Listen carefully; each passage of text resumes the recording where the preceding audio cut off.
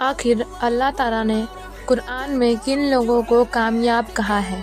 So this is the day 18 of understanding Quran in the most easiest way.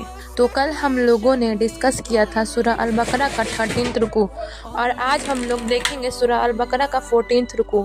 تو اللہ تعالیٰ فرماتے ہیں کہ یہودی کہتے ہیں نصرانی کے مذہب کی کوئی بنیاد نہیں، اور نصرانی کہتے ہیں کہ یہودی کی مذہب کی کوئی بنیاد نہیں، حالانکہ دونوں اہل کتاب ہیں۔ اور اب تو قرآن پڑھنے والے بھی یہ کہنے لگے اللہ قیامت کے دن فیصلہ کرے گا۔ اور پھر اللہ تعالیٰ کہتے ہیں جو لوگ اللہ تعالیٰ کے ذکر کو مسجدوں میں روکتے ہیں اور وہاں فساد کرتے ہیں وہ سب سے بڑے ظالم ہیں، ایسے لوگ وہاں داخل بھی نہیں ہو سکتے مگر ڈر کے ساتھ۔ پھر اللہ کہتے ہیں مشرق اور مغرب دونوں اللہ کی ہے، تم جدھر منہ کرو گے تمہیں اللہ ہی دکھائی دے گا، بے شک اللہ سب سننے والا اور جاننے والا ہے۔ عیسائی لوگ کہتے ہیں کہ اللہ کا ایک بیٹا ہے، لیکن ایسا کچھ بھی نہیں ہے، اللہ کا کوئی بیٹا نہیں۔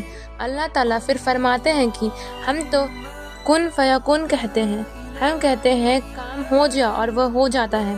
پھر اللہ کہتے ہیں کہ کافر لوگ کہتے ہیں کہ یا تو اللہ خود دکھائی دے یا کوئی معجزہ دکھائے، حالانکہ علم والوں کے لیے اور یقین رکھنے والوں کے لیے نشانیاں ہی نشانیاں ہیں۔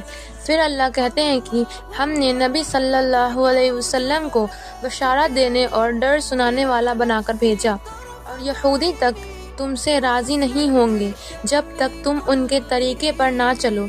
یاد رکھو حق وہی ہے جو اللہ کی طرف سے آیا ہے، اور وہی کامیاب ہے جو اسے پوری طرح سے پڑھتے ہیں۔ تو یہ تھا سورہ البقرہ کا 14th رکوع، اور کل ہم لوگ ڈسکس کریں گے سورہ البقرہ کا 15th رکوع۔ So make sure you follow. جزاک اللہ خیر۔